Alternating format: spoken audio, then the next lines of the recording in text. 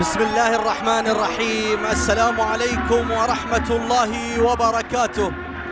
أهلا وسهلا بكم في أمسية كروية بحرينية خالصة، وعلى وقع الطموح الذي لا يعرف التراجع تتجه الأنظار اليوم إلى نصف نهائي كأس سمو الأمير الشيخ خالد بن حمد وفينيسيوس فارغاس وويلينتون. هذه هي اختيارات محمد المشعان المدرب الكويتي الذي يظهر في الشاشة لمواجهة الخالدية الذي يبدأ اليوم المحاولة العرضية أمام المرمى. الله الله الله، طال الانتظار، طال الانتظار لكنه حان، طال الانتظار لكنه حان. سجل الرفاع، احتفل الرفاع، الله، وأخيرا سجل الرفاع، وأخيرا احتفل الرفاع عن طريق صمويل، عن طريق صمويل بكرة رأسية. والله أشر المشعان براسه،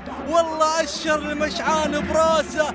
بنرجع لها ونشوفها في الشوط الثاني، قال براسه براسه براسه، وسجل صمويل براسه. الله على كرة، الله على لقطة جميلة رائعة. وإن طال الانتظار لكنه حان يا رفاع، حان يا رفاع. شوف الكرة، شوف العرضية، شوف الرأسية. الله، صمويل سجل، صمويل وقع ليعلنوا بأن الرفاع يسجل أول الأهداف.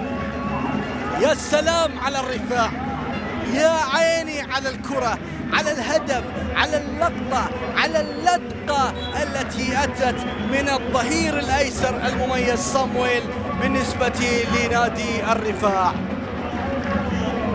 إذن يسجل الرفاع أول أهداف.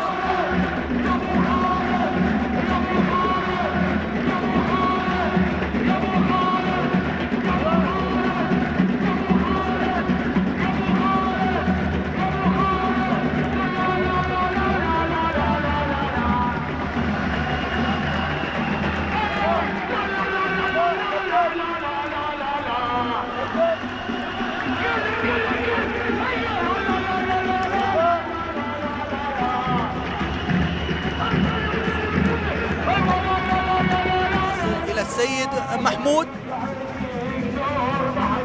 نقل كرة جميلة ناحية هشام. السيد هشام سدد كرة. الله، الحمامة حلقت، بل الحمامة وضعت صاروخ وركبت عليه لتسكن في شباك الخالدية. الله، أي حمامة تلك، أي كرة تلك، أي صاروخ، أي قذيفة يا هشومي. الله،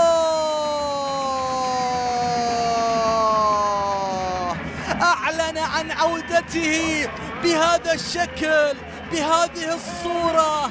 أعلن ووقع، بل بصم على عودته، وأعلن عن أن يحط رحاله هنا في ملعب مدينة خليفة الرياضية بهذا الصاروخ. بعد المباراة اذهبوا وعاينوا الشباك. أعتقد بأنها تمزقت، أعتقد بأنها تحتاج إلى تبديل. أوبا، جول!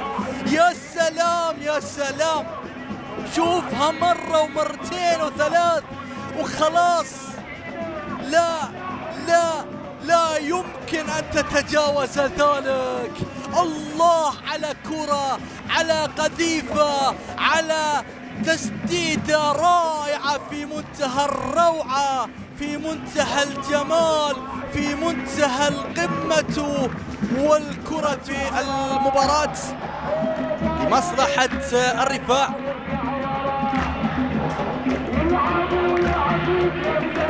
عبد الكريم فردان. بالفعل نعم، حكم المباراة أطلق صافرته وأعلن عن نهاية هذه المباراة، ونهاية نصف نهائي كأس خالد بن حمد ما بين الرفاع والخالدية بانتصار الرفاع بهدفين دون مقابل. الطرف الأول وصل إلى النهائي هناك بانتظار الواصل الآخر، والطرف الثاني غدا سنعرفه بإذن الله. ألف مبروك للرفاع هذا الفوز والانتصار الثمين بكل تأكيد، وهارد لك لنادي الخالدية. كلا الفريقان قدما لنا مباراة كانت رائعة جدا على المستوى الفني والتكتيكي.